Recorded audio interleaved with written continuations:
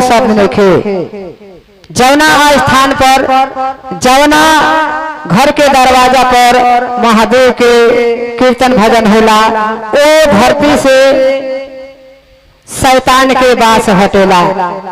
ऐसे ए बेरा के डेट में भखौती चर्चा होता, शादी में भी चर्चा होता कि हमार धरती जागो जागो जागो महादेव जगाओ महादेव, यानी मन के जगाओ जाता महादेव के चरण में लगाए खातिर लगे रहे और महादेव के काम करते रहे।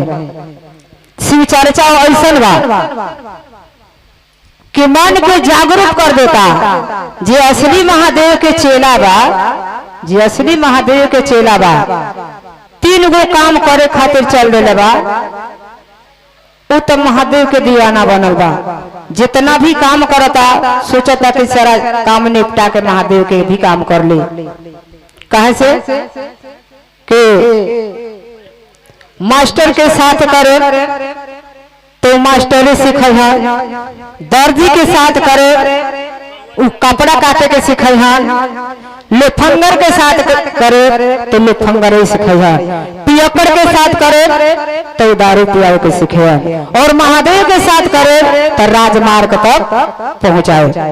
ऐसे हमनी के गुरु कैसन होके के चाहिए जाने के प्रयास करे कि गुरु ऐसा होके के चाहिए जिनका माता पिता बने। माता पिता बने कि पहला गुरु माता पिता है। माता पिता पहला गुरु बने। कहे से कि जन्म देता नहीं, पोष पाल के सियान करता नहीं, चले के सिखावता नहीं, बोले के सिखावता नहीं। ऐसे हमने के गुरु माता पिता ऐसा होके के चाहिए।